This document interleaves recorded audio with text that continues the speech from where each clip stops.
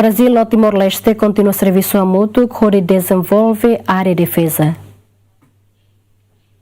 Quintané, embaixador Brasil e Timor-Leste, ela encontra o ministro da Defesa de Timor-Leste contra o almirante do anciano do Rosário Gomes, Pedro Clamrafui, onde colhia com a cooperação entre a Rua e a área de defesa. A fim remata encontro, o ministro da Defesa Pedro Clamrafui Cateten, Timor-Leste no Brasil e a cooperação na BDIA, mas ia ser mutuné nação Rua cara estabelece tan acordo protocolar. E a mimos buka atu hal hamutuk filafali e bele la lais lio programa IDA, neve bolo acordo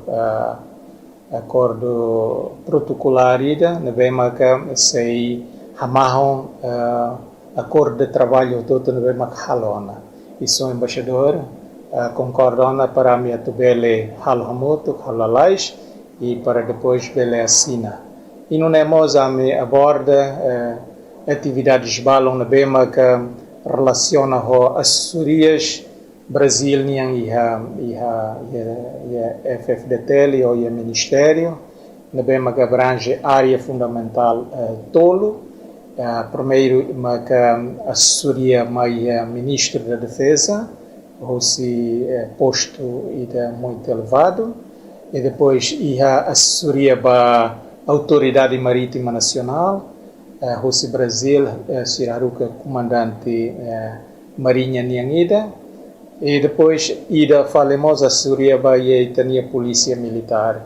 Navemos a assessoria inicial, desde formação, desenvolvimento de Polícia Militar, Brasil, maca sai nessa elemento fundamental para a Polícia Militar e desenvolvimento.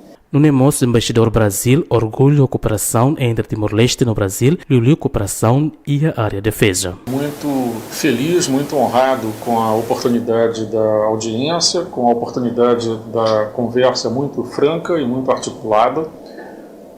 Para o Brasil é um motivo de orgulho essa cooperação no campo da defesa, que remonta ao período de transição para a retomada da independência de Timor, ainda, portanto, antes de 2002, o entendimento ele está posto para interesse de Timor, conforme entendo bem, e é um gosto poder contemplar um horizonte de continuidade para essa cooperação na área de defesa. Antes, no Brasil, nós apoia a formação técnica para membro Falentil Força de Defesa Timor-Leste, Liu Bahia Unidade de Polícia Militar, no Nebele Serbi Instituição de Defesa, ne Rodia. Equipa cobertura, Jemen.